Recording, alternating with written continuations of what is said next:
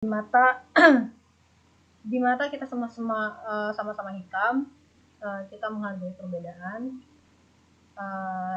kita agen dari menghargai perbedaan. Jadi di sini kita gitu ya, semakin banyak orang yang dihadapin, semakin banyak kita belajar perbedaan, semakin kita melihat dan mengakui perbedaan itu, karakter kita akan semakin meningkat, value kita akan semakin meningkat. Dan melihat kebenaran itu tidak hanya dari sisi satu kacamata kuda lurus dong, tidak. Tapi kadang di beberapa angle itu ada derajat kebenarannya masing-masing. Gitu ya teman-teman. Jadi ini sebenarnya adalah modul ke-8. Dan minggu depan modul terakhir, modul 9. Kita berarti total modul 9 ini sudah dihafal semua ya. Nah, tadi pertanyaan saya adalah kenapa pengaruh sosial dan perilaku kelompok? Balik lagi ke pertanyaan awal, pengaruh sosial dan media. Kita tarik ke sini.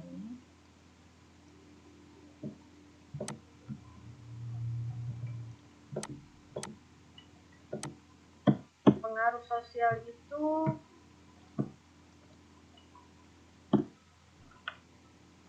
karena setiap individu-individu ya,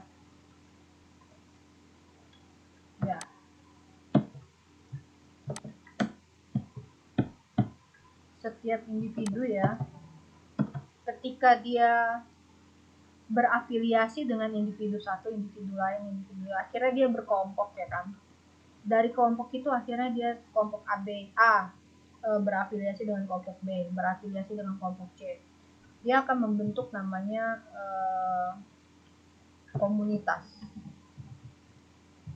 Jadi misalnya A dengan B, terus nanti A dengan B ini membentuk komunitas AB, ya kan? Di dalam masyarakat, komunitas AB ini dia akan berbaur di dalam masyarakat kan. Dia akan menciptakan part of sosial itu, membentuk sosial itu sendiri. Nah, perilaku kelompok artinya perilaku yang misalnya setelah A B bersatu, apa perilakunya. Terus dari A B sama komunitas A dan B ini pasti punya perbedaan dengan komunitas CD, dengan komunitas DE, ya kan? Dan mereka inilah aktor dari sosial yang mempengaruhi sosial itu. Jadi gitu ya teman-teman. Jadi adanya Mbak Dita, adanya Mbak Nur, adanya Mbak siapa lagi? Adanya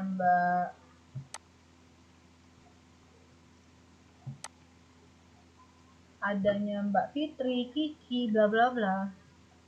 Ini pasti kayak misalnya Mbak Fitri kan, temennya adalah Mbak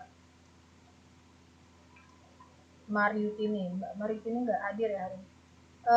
Biasa kan Mbak Fitri dekatnya misal sama Mbak Mariutini.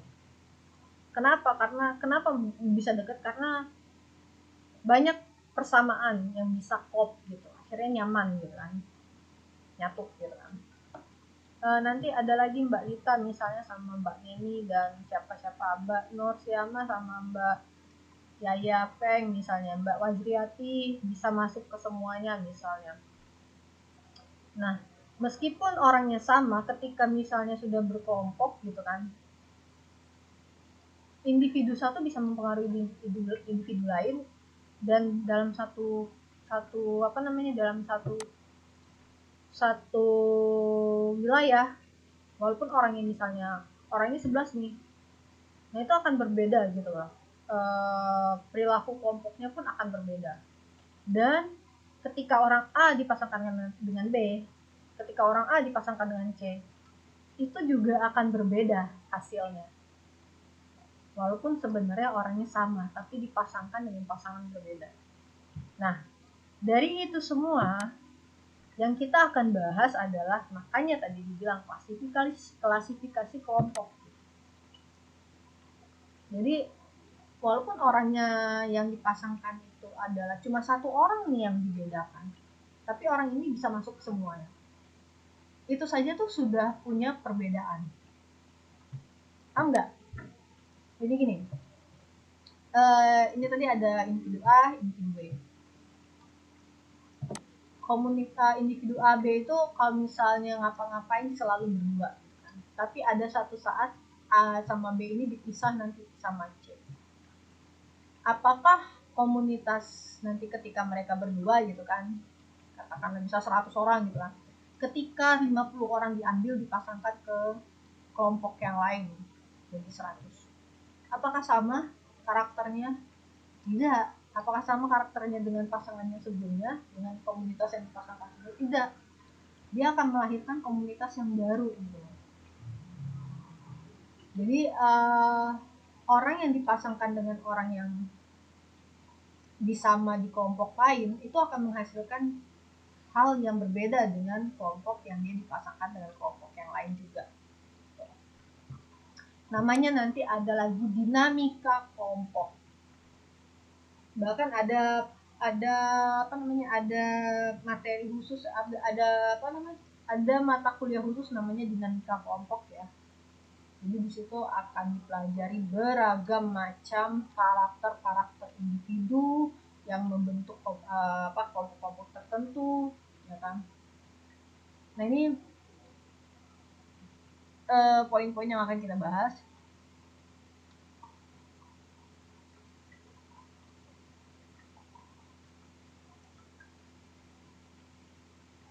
Dari sini teman-teman ada yang dari 1, 2, 3, 4, 5, 6, 7, 8, 9, 10. Kira-kira yang eye catching sekali, yang sering diomongin, yang sering menjadi permasalahan dari 10 poin ini yang mana?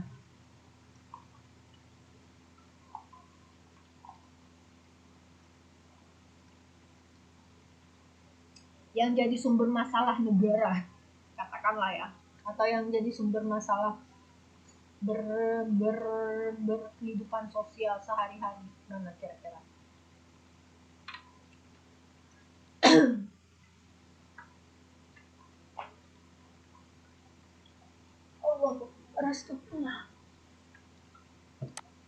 Ada yang tahu polarisasi itu apa? Polarisasi apa? Grouping ini teori ya. Leadership ini apa? Nah ini keefektifan leadership dari leadership sama ya. Maksudnya bakal satu kesatuan, terus ini juga bakal satu kesatuan.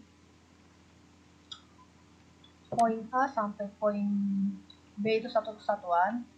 1, 2, 3, 4, 5. 5 poin ini satu kesatuan. Dari 5 poin ini dia akan membentuk polarisasi ya.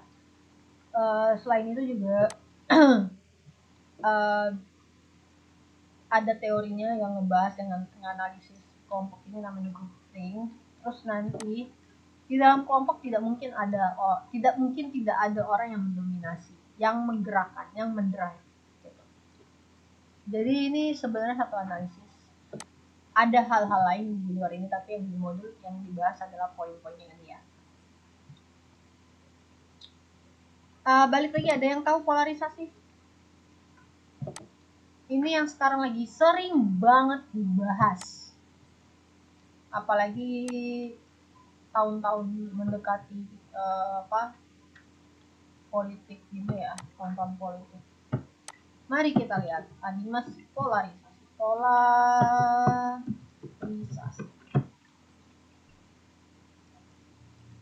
Jadi polarisasi itu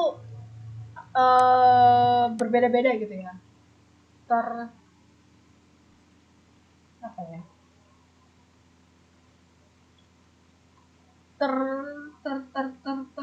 Kelompok-kelompok gitu. banyaknya kelompok-kelompok, jadi kelompoknya itu nggak fokus di satu gitu, jadi dia terpecah, itu namanya polarisasi dalam komunikasi.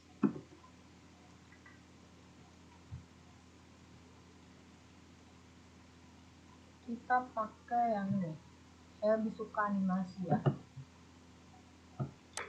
animasi. Ten. Ini kalau misalnya bisa ada suara gitu masuk ke Teams tuh enak banget ya, jadi teman-teman bisa dengar gitu. Karena Question: lebih enak. Would you build a website for a major brand with more than 200?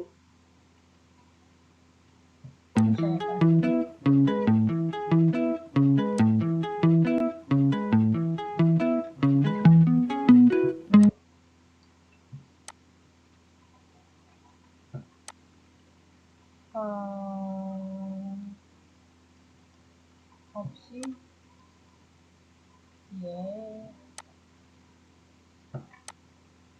Indonesia.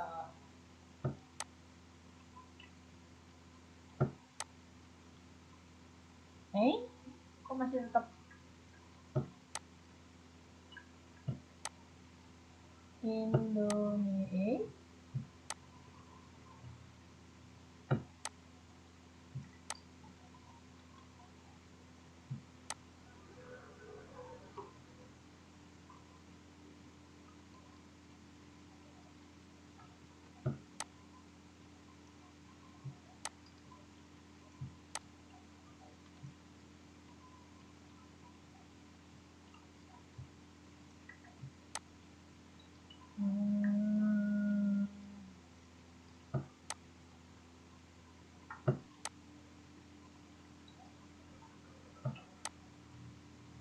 Indonesia.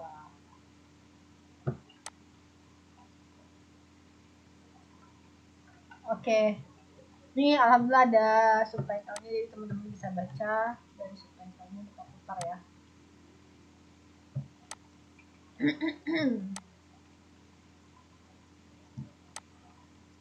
Mbak Kiki hubungin saya lagi ya, WhatsApp. Belum saya baca Mbak.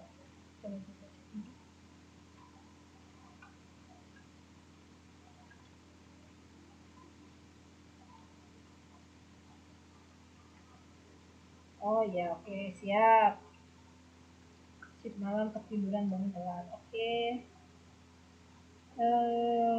Ada yang urgen kah? Kalau misal urgen boleh ditelepon ya, Mbak. WhatsApp jarang banget saya buka WhatsApp. Oke, balik back to this one. Kita bahas tadi polarisasi ya. Polarisasi ya. Kalian dulu videonya ya.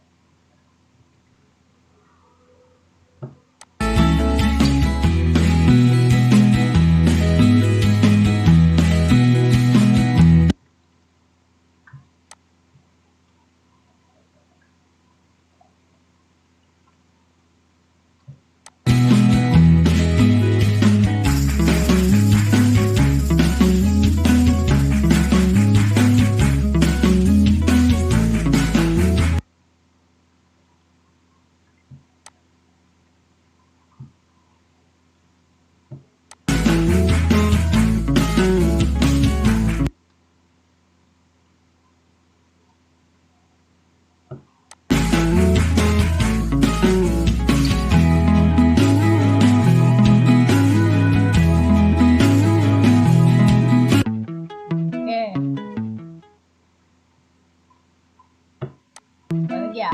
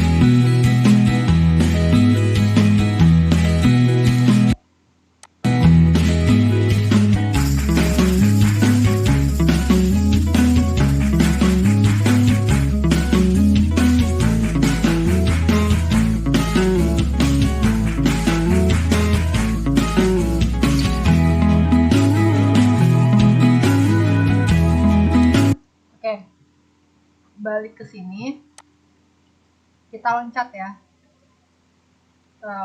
kita loncat sedikit ke polarisasi, bahas sedikit polarisasi. Kenapa orang mau berkelompok? Pertanyaannya sekarang adalah, ini jangan dihapus. Pertanyaannya sekarang adalah, kenapa individu cenderung ada keinginan untuk berkelompok? Sema? Biasanya dikarenakan mempunyai tujuan yang sama, Miss. Tujuan yang sama. Dan yang lain? Apalagi Mbak? Kalau ada lebih dari satu, monggo.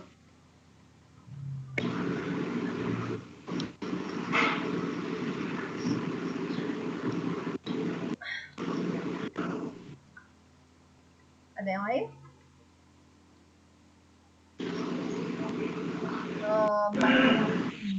Siapa? Karena memang mereka kan memang makhluk sosial.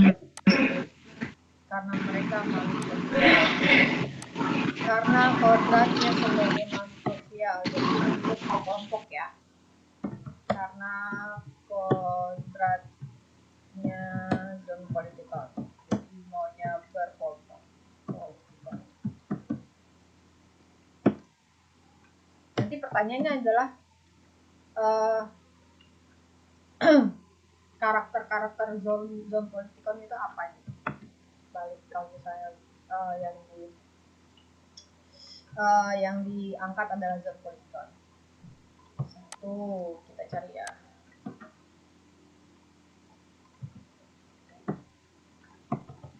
Karakter zone politikon.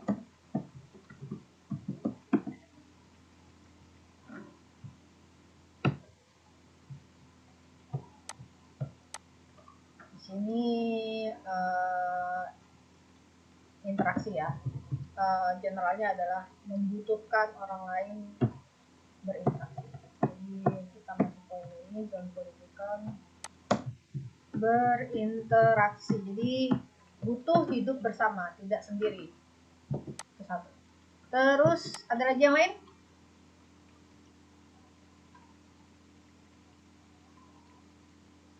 Sebenarnya ngait ke sini loh, yang tadi saya bahas loh di awal-awal. Nah, ini dia. Ada orang yang mau didengar, ada orang yang mau tidak hanya didengar, tapi dia juga mau mendengarkan.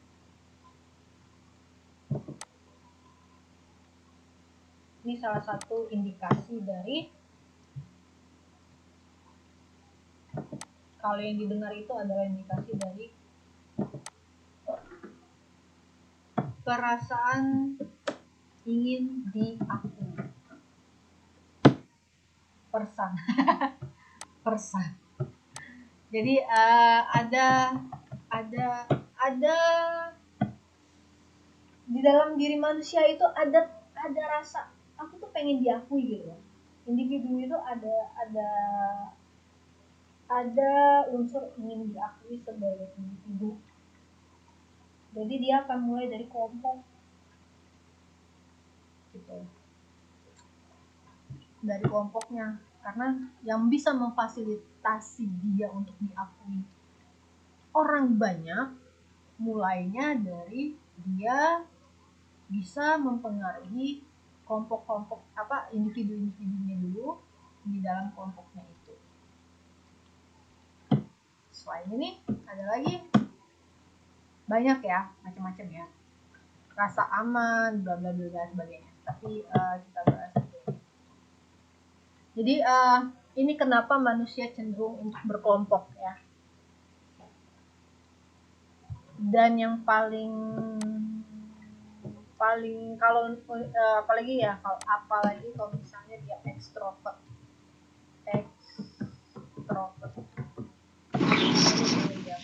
Sebagai mencari identitas gitu bisa nggak, Miss? Ya, itu bagian dari termasuk yang ingin diakui tadi. Oh. Atau kita mau bikin yang lain.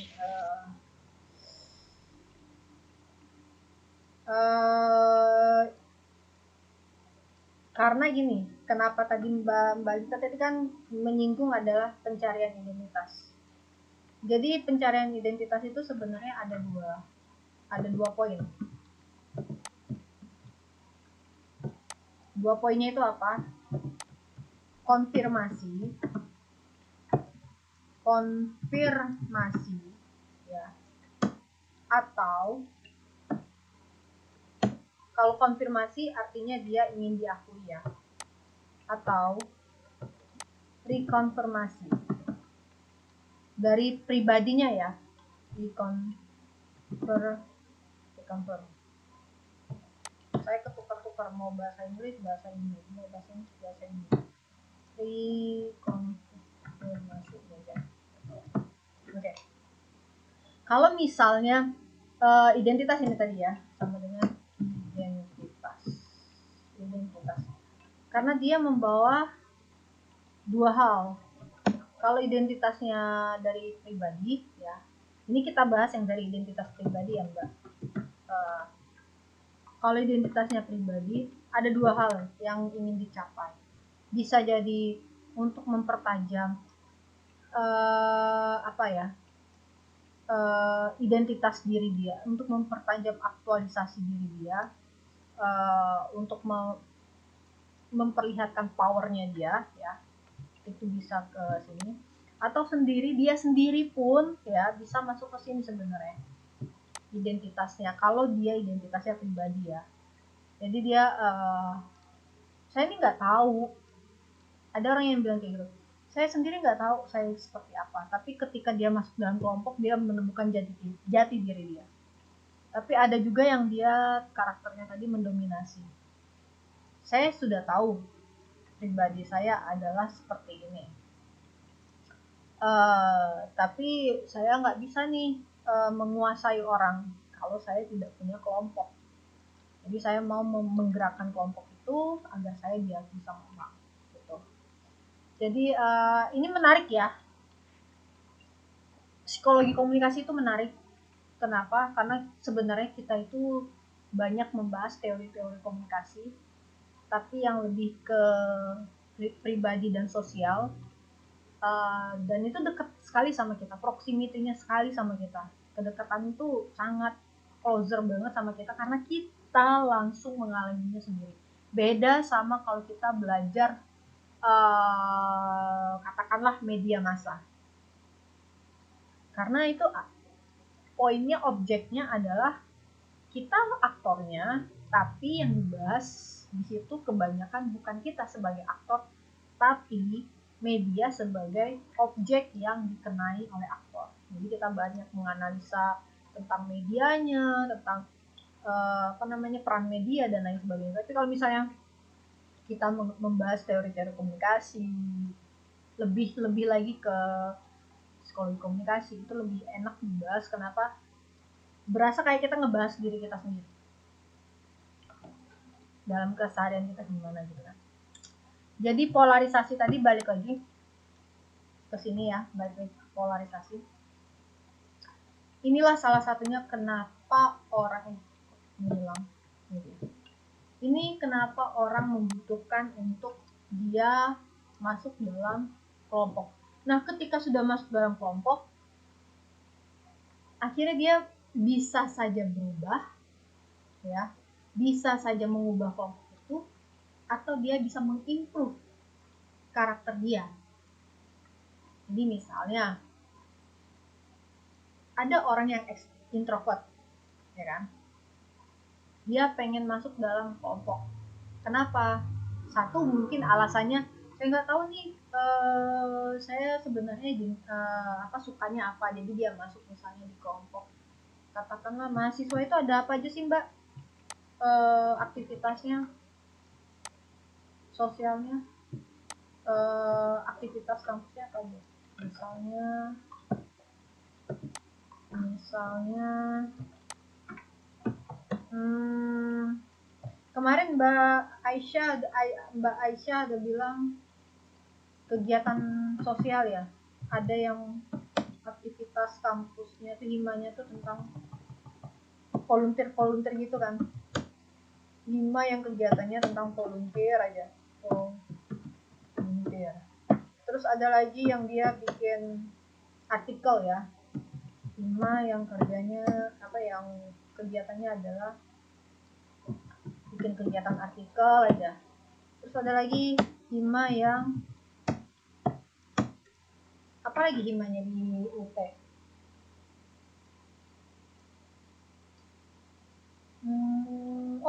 Kayak Mbak Lita misalnya, apa namanya tuh Mbak? Kalau Mbak Lita ini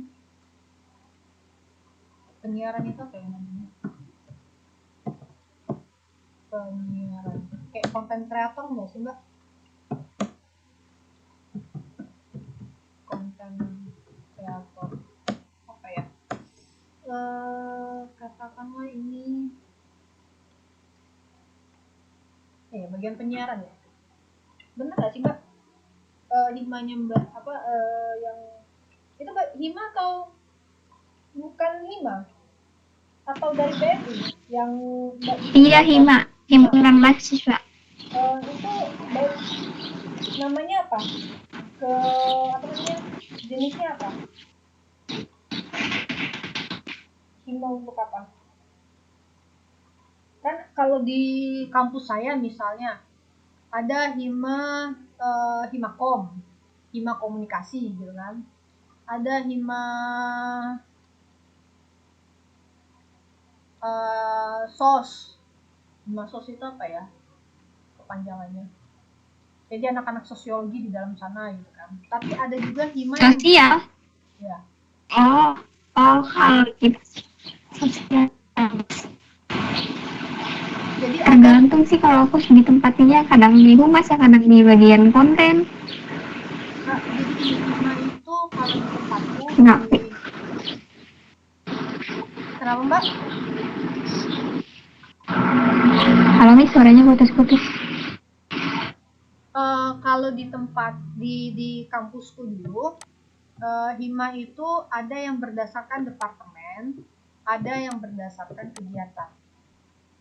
Jadi ini berdasarkan kegiatan, ada yang berdasarkan departemen kayak hima komunikasi, hima statistik, hima jurnalistik, hima, nah itu departemen. Tapi ada juga himakom itu dua, himakom yang hima COM atau himakom hima KOM. Hima KOM itu departemen, kalau himacom itu berarti dia yang berhubungan nanti dengan konten kreator, perfilman, sinema, nah kayak gitu. Itu kalau di kampus dulu. Jadi ada dua macam, dia bisa per departemen dan bisa juga per nama hobi, maksudnya hobinya mahasiswa itu apa gitu. Nah, ketika masuk ke hima-hima itu, orang individunya bisa beraneka macam identitasnya. Masuk dalam kelompok itu akan mengubah totally identitasnya menjadi pribadi yang baru, atau either dia yang mengubah orang-orang di kelompoknya itu menjadi bentar ya, kita absen lagi sekali ini, harus lupa.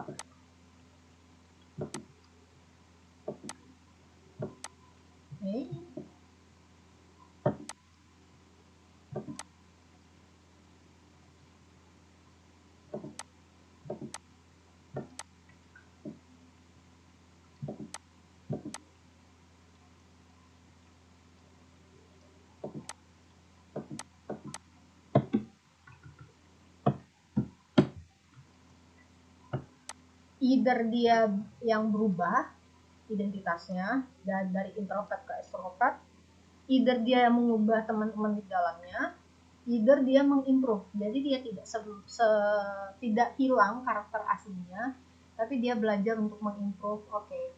Dia mengambil yang menurut dia bagus nih untuk dipertahankan, bagus nih untuk dikembangkan gitu. Jadi nanti dari kelompok itu dia akan identitas pribadinya pun akan beraneka ragam lagi kan. Bisa dia tercipta secara temporary itu dalam artian hanya ketika dia di dalam kelompok saja dia seperti itu, atau bisa dia permanen. Ketika dia keluar dari kelompok, dia akan membawa karakternya itu. Gitu. Jadi misalnya ada nggak ya contohnya di sini? Kita bisa lihat sebenarnya ya. Bisa lihat contohnya dari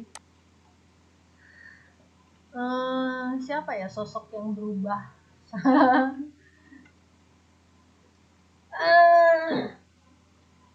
Siapa ya? Pribadi siapa yang berubah ya? Kita jadiin contoh. Mungkin ini. Mohon maaf. You might have seen videos like this before. Ya. Angelina atau dari K-pop aja lah ya. K-pop kayaknya lebih enak. K-popers yang punya skandal jadi pendiam siapa? Mbak Lita nih, siapa yang tahu ya Mbak?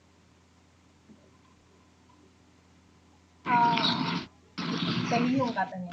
Ya Miss, ya yang hafal. Kalau Lita nggak hafal. Spesialisasi tunjuk orang ini. Nih ya, saya tuh dibilang bukan once, tapi saya tahu saya mengamati ya. Dulu itu di Twice itu ada namanya Mina. Jadi kalau teman-teman ngikutin Twice dari awal, karakternya Mina itu introvert, Mina Twice. Yang introvert itu tahun berapa ya? Mereka kapan ya? Ini apa namanya? Debutnya itu 7 tahun yang lalu, sekarang 2022, berarti sekitar katakanlah ya 2015 ya debutnya. Nah, ini kalau teman-teman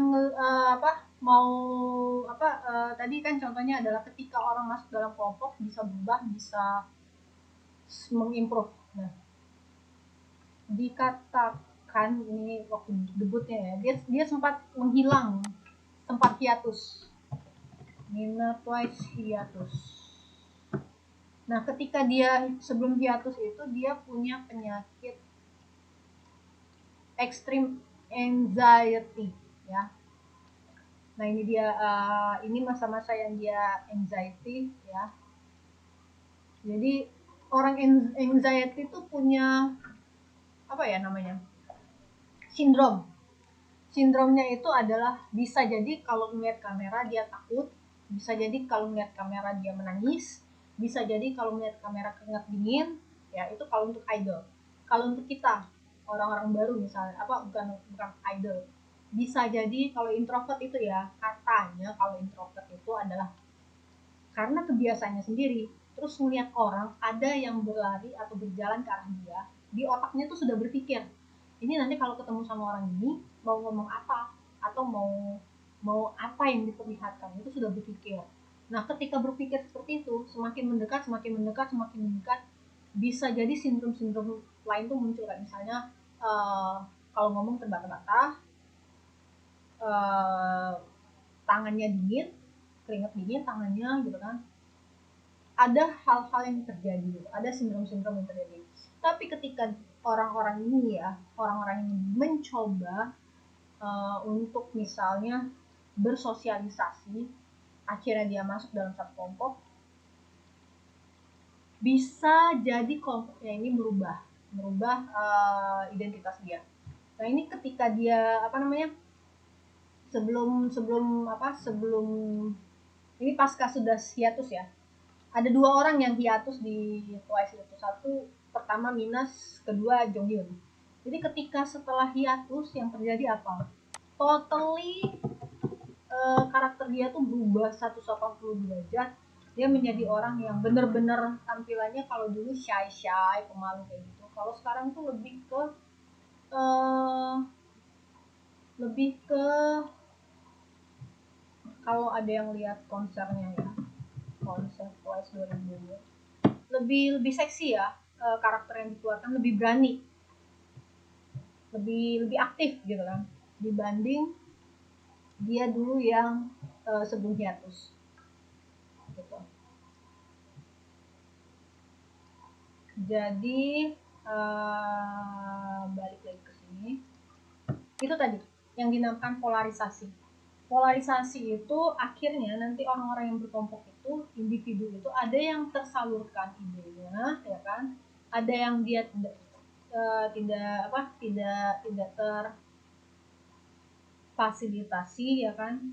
Nanti dia akan keep silent, bla bla bla bla. Tapi intinya adalah teman-teman, kepribadian itu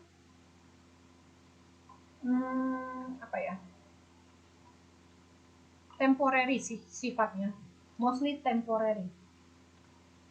Saya bisa katakan banyak case tentang kepribadian itu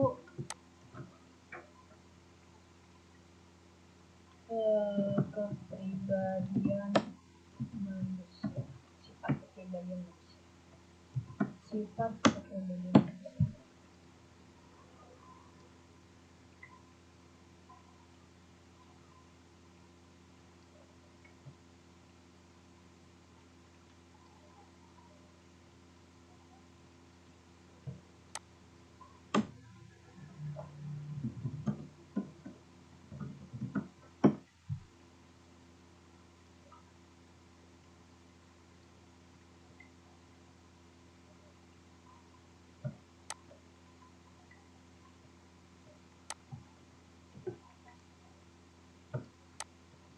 Kalau pengalaman saya teman-teman, saya menemui orang-orang, kita semua menemui orang-orang banyak, kepribadian itu cenderung temporary ya, dia akan berubah, tidak ada yang tetap.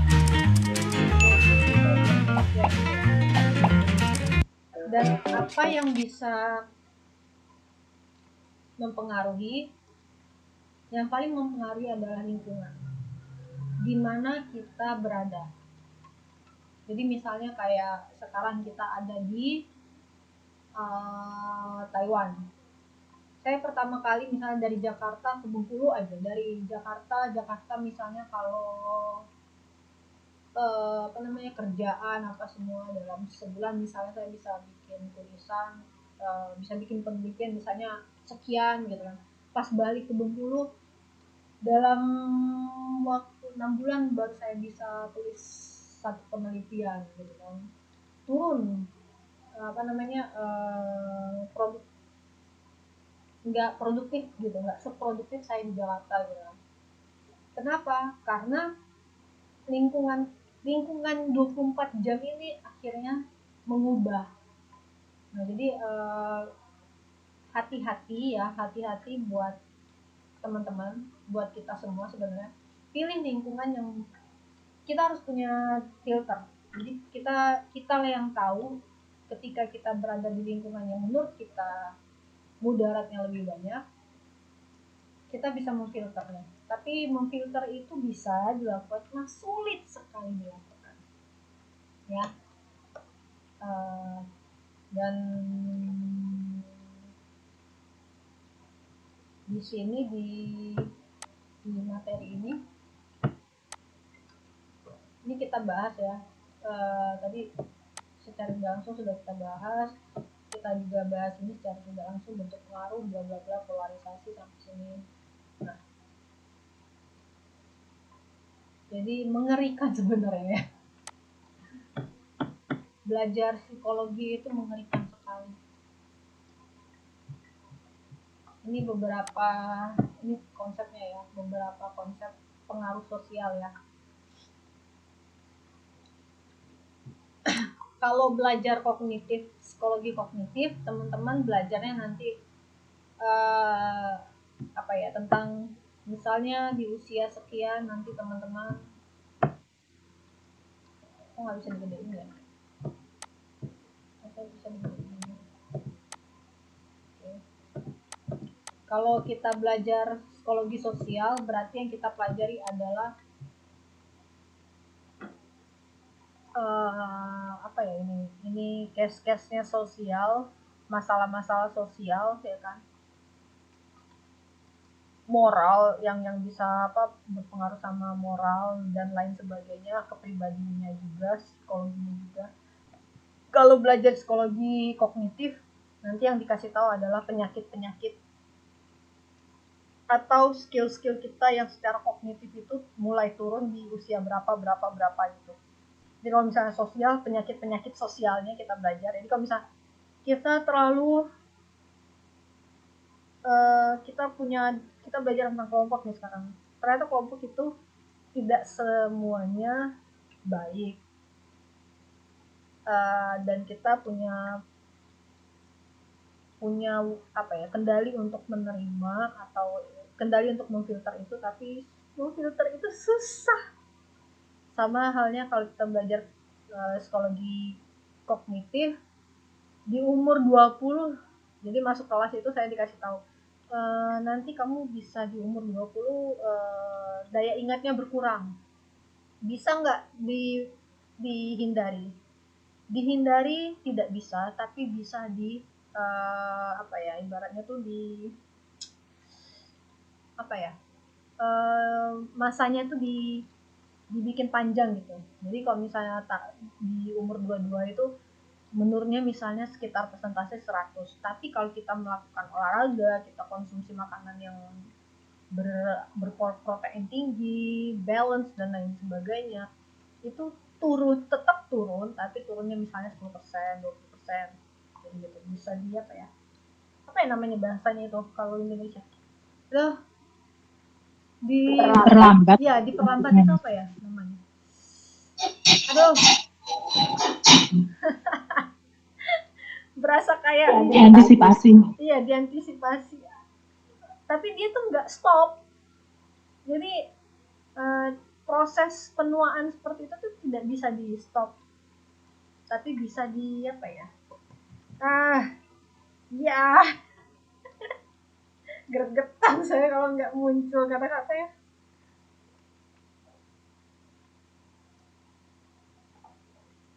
Ya udah ya, move on. Jadi gitu teman-teman, pengaruh sosial tadi yang kita bahas, case-case-nya tadi kita udah banyak membahas ya kan. Ada yang kita bisa menerima ya kan, dalam artian kita jadinya punya kepribadian baru. Ada yang nantinya beberapa dari yang dibawa oleh kelompok itu bisa mengubah perilaku individu kita, jadi tidak totally membuat identitas pribadi yang baru, tapi dia ibaratnya itu improve ya, yang baik kita ambil, atau misalnya bisa jadi yang tidak baiknya, karena hanya kita yang tahu sebenarnya, hanya kita yang bisa mengukur mana yang membuat kita nyaman, itu yang pasti akan kita ikuti. Tapi semoga yang nyaman itu yang baik ya, semoga yang nyaman itu yang baik. Terus dan juga ada namanya, jadi ada acceptance, ada compliance ya. Nah, ketika kita menerima pengaruh orang lain ya, hal-hal yang apapun itu, kayak misalnya nilai-nilai ya kan, nilai-nilai apa ya, kayak saya aja ya, punten, saya punya pengalaman kalau saya di rumah, saya tuh pukul 2, pokoknya jam-jam tahajud saya tuh bangun. Kalau saya nggak bangun nanti ibu saya tuh marah. Pokoknya ibu saya tuh kalau udah jam-jam tahajud itu teriak dari bawah sampai ke lantainya rumah-rumah tetangga itu kayaknya kedengeran deh. Jadi kalau anaknya nggak bilang ya, itu tidak akan berhenti. Atau kalau anaknya nggak bilang tidak ada pergerakan tuh dari kamar anaknya, entah pergerakan langkah atau apa, pokoknya either ibu saya naik ke atas ke kamar saya atau ibu saya tetap bersuara. Jadi kan kayak nggak mungkin, nggak ada option, harus bangun gitu kan. Tapi sekarang karena kalau di awal-awal ya saya masih dibangunin gitu kan. Sekarang males sekali saya bangun untuk tahajud, itu males sekali. Jadi itu tadi, sosial kita akhirnya mengubah kita. Dan ketika saya masuk di kelompok yang non muslim, tadinya saya sholat misalnya di awal waktu, karena sekarang yang muslimnya itu kan susah, maksudnya ketemu sama teman-teman yang seagama juga belum tentu juga yang ibaratnya kalau di rumah misalnya saya diingetin terus kan, udah sholat belum gitu kan. Ketemu pun dengan yang seagama nggak ada yang ngingetin sholat kan. Jadi ya sholat pun saya sering keteteran apa semua. Jadi itu pengalaman pribadi saya ketika saya ada di satu kelompok yang karakternya seperti ini bla bla bla bla, akhirnya hilanglah kebiasaan-kebiasaan itu, mengubah pribadi saya yang baru, ya kan? Atau ketika saya masuk dalam kelompok yang misalnya saya suka menulis, ya kan? Kelompok yang suka menulis, tadinya saya nggak suka nulis gitu kan. Masuklah di kelompok yang suka menulis, akhirnya saya menjadi individu yang produktif, menulis aja. Kayak saya di Jakarta, saya akhirnya menulis aja gitu kan. 3 bulan saya bisa bikin penelitian 3, tapi balik saya ke Bengkulu, dalam 6 bulan baru 1 penelitian yang saya selesai gitu kan. Nah, jadi intinya teman-teman, lingkungan itu mengerikan. Jadi kita belajar tentang penyakit-penyakit ya, penyakit-penyakit sosial. Lingkungan itu mengerikan. Segimana pun kita punya apa ya? Punya ketidakberdayaan untuk memfilter itu. Itu yang terjadi sama saya ya. Semoga nggak terjadi sama teman-teman ya. Semoga apapun yang diterima itu semuanya baik, yang di compliance juga semuanya baik. Balik lagi, nextnya adalah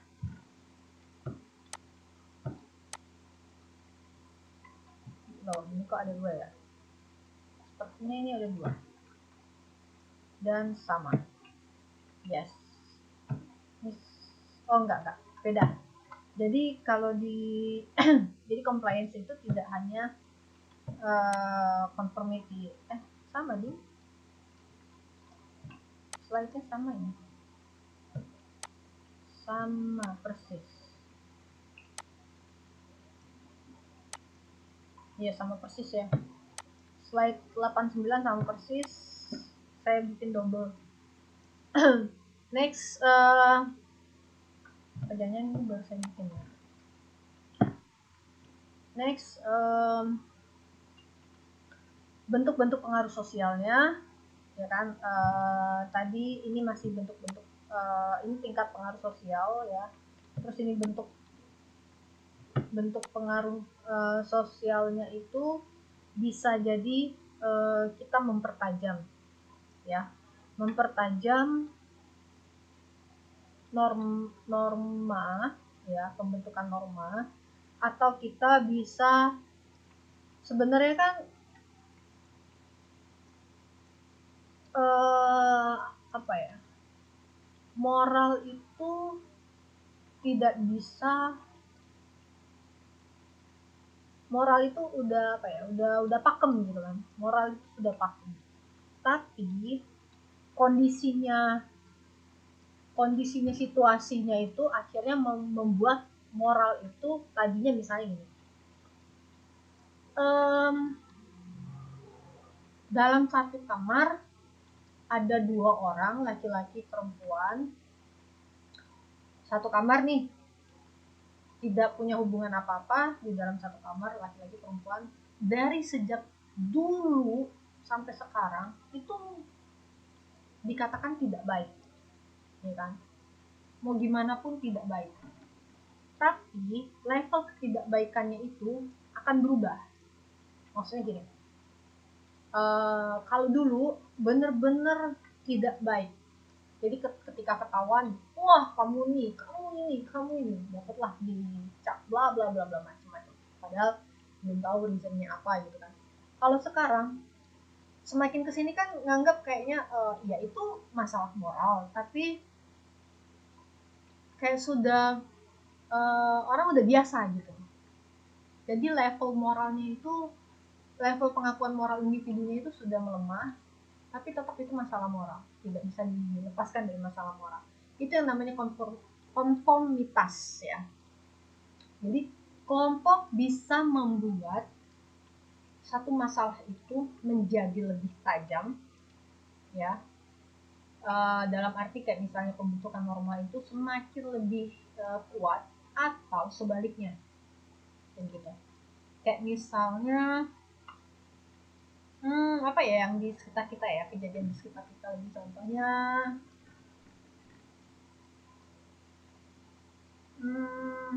oh gini, gampang aja sih sebenarnya, kita punten ya. Jadi akhirnya saya mau membandingkan Indonesia sama Taiwan. Kalau di Indonesia handphone kita taruh di dalam jok motor, meskipun jok motornya dikunci, atau kita parkir motor di halaman rumah kita dan kunci double, itu bisa diselamatkan sama orang. Tapi kalau misalnya kalau saya ya, itu kejadiannya, kalau saya tuh pernah sering banget kunci motor tidak saya cabut di kampus, dimanapun itu. Saya lupa nyabut kunci motor, bahkan saya lupa ngambil handphone ada di di cupboardnya motor, itu akan anteng aja handphone di situ. Tapi kalau di Indonesia mostly akan diselamatkan sama orang. Nah, di situ itu perbedaannya ya. Ketika kita stay di kelompoknya Taiwan, yang entahlah, saya nggak tahu alasannya apa. Beberapa faktor yang saya dengar, alasannya saya dengar adalah kalau di Taiwan itu banyak CCTV. Jadi satu aja kelalaian kita, lupa misalnya payungnya, misalnya kita taruh payung di 7-Eleven, atau kita sebenarnya nggak pernah, hari itu tuh biasanya kita kalau hujan bawa payung kan, tapi hari itu kita sebenarnya nggak pernah kita nggak bawa payung, tapi kita melihat ada payung yang mirip banget sama kita, jadi kita berasa kayak hari itu bawa payung. Karena ada CCTV, kita nggak berasa kita sebenarnya tidak bawa payung, terus kita bawa payung orang, itu sudah salah ya kan, kelihatan bawa. Makanya alasannya kan salah satunya karena banyak CCTV, di mana-mana ada CCTV, jadi kalau mau melakukan sesuatu itu pasti ketahuan gitu kan. Ada alasan lain yang sebenarnya keciri khasnya kepercayaan. Jadi ada yang bilang gini juga, ketika orang Taiwan itu mengambil barang yang bukan miliknya dia, nanti ketidakberuntungan orang yang punya barang itu akan pindah ke yang ngambil barangnya. Nah itu kan value ya kan. Kalau yang tadi yang tentang CCTV itu value juga, tapi dia terbentuk karena ada toolsnya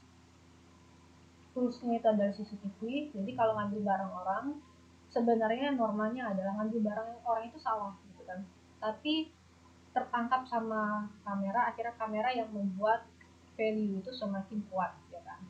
Nah kalau yang satu lagi norma juga, tapi dia berdasarkan dari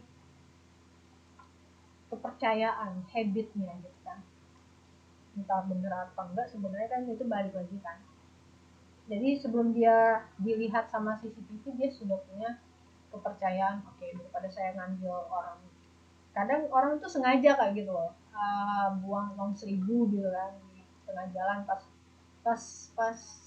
special occasion, hari-hari apa gitu kan, nanti ketemu uang 1.000 di jalan, uang 100 di jalan, uang 500 di jalan, terus ada yang ngingetin jangan diambil kalau misalnya ada uang-uang kayak gitu, karena itu misalnya uang yang sudah jadi jimat gitu kan, kayak gitu. Jadi ya pengaruh sosial itu bisa untuk penajaman, bisa untuk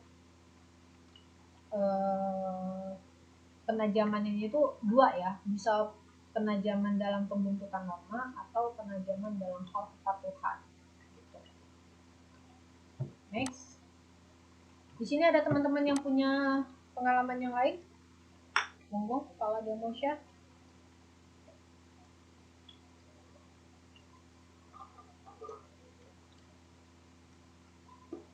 Pernah ketemu uang 1.000 di jalan selama di Taiwan?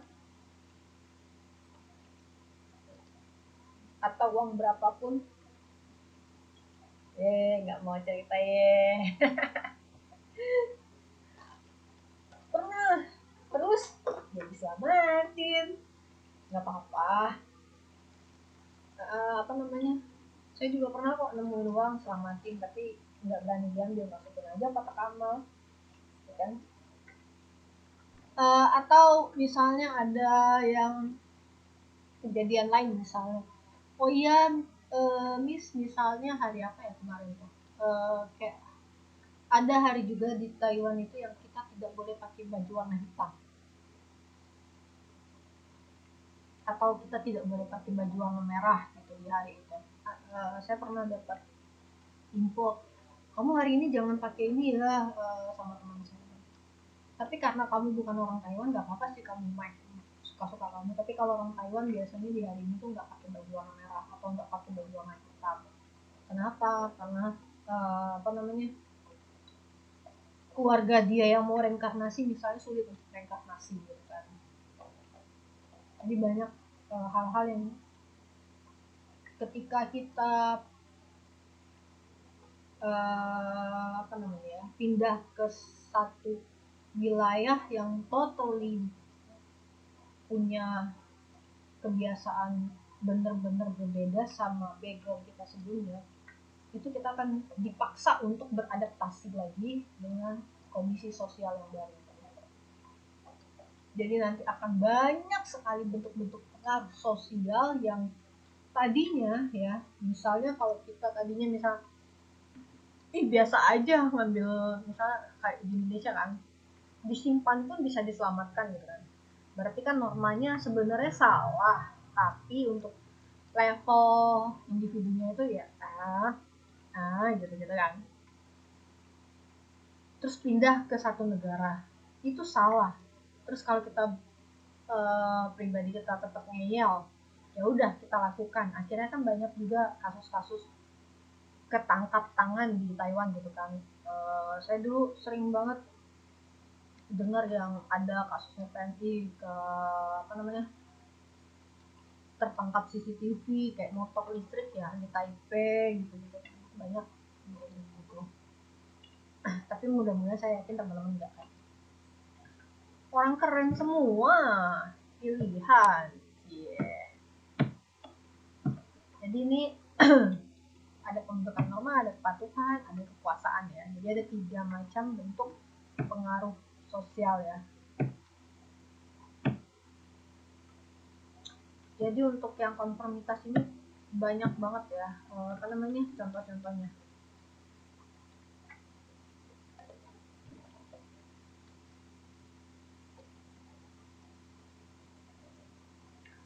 Rasa canggung, khawatir, atau tegang saat mereka ada di lingkungan sosial. Ini bisa jadi makin parah kalau misalnya orang yang pemalu ini dikelilingi oleh orang yang tidak mereka kenal. Kenapa tuh bisa kayak gitu? Karena seorang pemalu itu cenderung punya ketakutan ketika mereka dilihat negatif oleh orang lain. Dan lagi-lagi, kayak yang udah pernah gue bahas sebelumnya, Pemalu itu termasuk sebuah sifat yang wajar dan umum ditemui di masyarakat. Jadi ini sebenarnya wajar banget. Yang perlu lo perhatikan adalah pemalu ini ngeganggu diri lo di aspek apa aja. Kalau misalnya aspeknya spesifik, ya tinggal diselesain aja di aspek itu gitu. Misal, lo cuma jadi pemalu kalau ketemu orang baru. Tapi kalau sama teman lama misalnya, sama dosen ya udah biasa aja. Berarti kan aspeknya spesifik gitu. Ketemu sama orang baru. Kalau gitu ya tinggal dikembangin aja gitu, tinggal dilatih aja. Gue juga udah ngebahas nih hal ini di video gimana cara berkomunikasi dengan siapapun. Nah, kalau misalnya lo ngerasa lo gak bisa berkomunikasi sama semua orang, semuanya tuh hampir negatif gitu pengalamannya. Lo selalu cemas all the time, sampai akhirnya ngeganggu banyak hal dalam hidup lo. Nah, kalau kayak gitu, mungkin ada masalah lain selain lo orangnya pemalu. Tapi kalau ini gak ngeganggu aktivitas lo, gak ngeganggu keberlangsungan hidup lo, misalnya lo di kuliah oke, di rumah juga oke, sama pasangan oke, sama teman oke, maka jatuhnya mungkin itu bukan masalah yang perlu terlalu lo cemasin. Pemalu ini beda dengan introvert. Baik ekstrovert maupun introvert itu bisa jadi pemalu juga. Balik lagi, introvert dan ekstrovert itu ngomongin soal energi, didapetinnya dari mana. Apakah dari eksternal, ketemu orang gitu ya, itu kalau ekstrovert, atau kalau lagi sendiri, itu kalau introvert. Gitu ya, yang kedua sama yang pertama. Yang ketiga adalah gangguan kecemasan sosial atau social anxiety disorder. Berbeda dengan kedua hal sebelumnya, kecemasan sosial atau social anxiety sudah termasuk sebuah gangguan mental atau disorder. Sehingga seseorang itu harus didiagnosis oleh psikolog atau psikiater terlebih dulu. Oke. Jadi ada 3 konsep ya teman-teman. Ada pemalu, ada introvert atau extrovert, ada social anxiety disorder, kecemasan sosial. Tiga-tiganya beda ya. Kalau di konsep itu introvert itu konsepnya yang dibahas tadi adalah bagaimana cara mendapatkan energi baru ya. Ada yang dia dengan sendiri. Introvert itu kalau yang sendiri tuh bisa main game, bisa misalnya menyendiri ya bla bla bla. Kalau yang ekstrovert dia malah suka berkumpul. Pas misalnya dia butuh energi baru gitu kan, capek gitu kan, terus lagi banyak masalah misalnya kan, dia butuh ngumpul sama teman, nah itu ekstrovert. Kalau itu konsepnya yang dari dari konten ini yang dibahas sama konten ini. Nah sementara kalau yang social anxiety disorder itu yang benar-benar ketika teman-teman masuk ke dalam lingkungan yang banyak orang itu bisa menyebabkan gangguan tertentu. Bisa jadi ada beberapa ya, kayak misalnya menghindari, ya itu termasuk ya salah satu, menghindari kerumunan dan lain sebagainya. Ada yang keringat dingin atau misalnya gagap atau nervous kayak gitu ya. Nah, dari sini satu lagi tadi apa ya? Satu lagi tadi pemalu ya, pemalu. Kalau pemalu yang dibilang konsep ini, pemalu itu kalau misalnya ada, jadi tidak mesti dia malu ketika malu yang dibawanya adalah ketemu sama orang baru ya, contohnya. Jadi lebih spesifik ketimbang dari dari social anxiety. Jadi kalau misalnya tiga konsep itu berbeda kalau dibahas dari konten ini. Kalau yang satu cara mendapatkan energi, kalau yang satu konteks dia bereaksi terhadap lingkungan sekitarnya. Kalau yang satu lagi sama bereaksi juga sama lingkungan sekitarnya. Tapi kalau yang social anxiety itu benar-benar tidak bisa bertemu sama orang baru. Orang yang bukan orang baru sih, sosial itu banyak ya, faktornya banyak banget. Tapi kalau misalnya pemalu tadi bisa lebih spesifik faktornya. Wow, udah 1:16. Nggak berasa ya. Sampai sini ada yang mau didiskusikan teman-teman?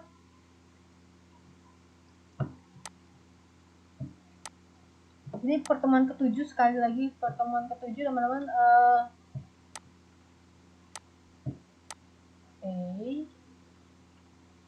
Jangan lupa buat tugasnya ya teman-teman, tugas diskusi, karena nanti di minggu depan itu saya langsung ngerjain reportnya. Jadi yang tanggal 8 pokoknya, berarti terakhir kalau saya ngerjain langsung reportnya berarti ya tanggal 8 itu masuk semua nilainya biar saya bisa langsung kirim gitu.